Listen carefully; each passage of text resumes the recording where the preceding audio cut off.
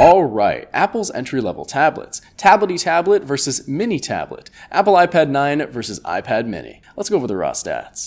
The iPad 9 is the cheapest new Apple tablet you can buy, starting at $330, while the iPad mini starts at $500. Both are quite different from each other, starting with externals. The iPad 9 is 10.2 inches, while the mini is only 8.3.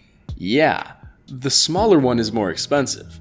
Let me tell you why. The Mini has a more modern design. It shares it with the Pro and Air, and it looks nice. It has a flat, symmetrical display with no home button, so it just kind of looks like a nice, flat piece of glass. This is in contrast to the iPad 9, which retains the same design we've gotten year after year. And yeah, it does kind of feel like we keep getting the same old in this sense. And some of us want new things. But maybe that doesn't matter to you. What might matter to you, though, is the display. The iPad 9, like I said, is larger, but the iPad mini is just a little bit prettier to look at because it has a higher PPI or pixels per inch ratio, it has an anti-reflective coating, and it's fully laminated, so a few added conveniences. And kind of speaking of added conveniences, connectivity. We get the usual Apple special. The iPad 9 actually has more ports than the iPad mini with the headphone jack, but the mini has USB Type-C, so more port potential? For internal specs, the Mini is a bit better with a newer chip. But don't underestimate the iPad 9, especially since most of us won't be doing high-intensity work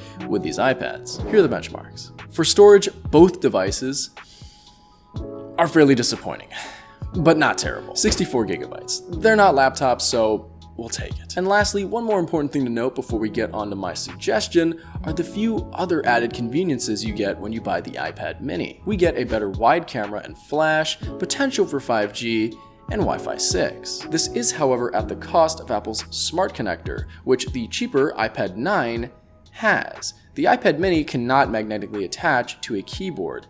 It can, however, use Bluetooth. So something to note with the iPad mini is that you do get some added conveniences, but at the cost of some practicality.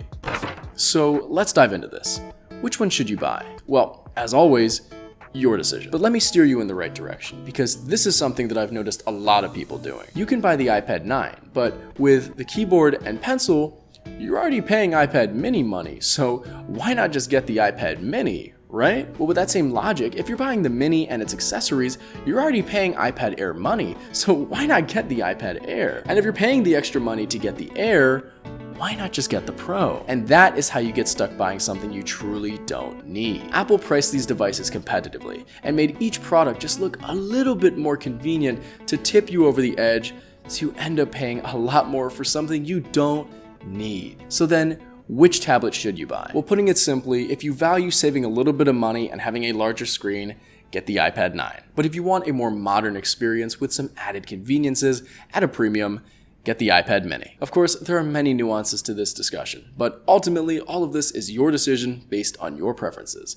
Don't just watch my video on this, I've linked many more down in the description to view at your discretion.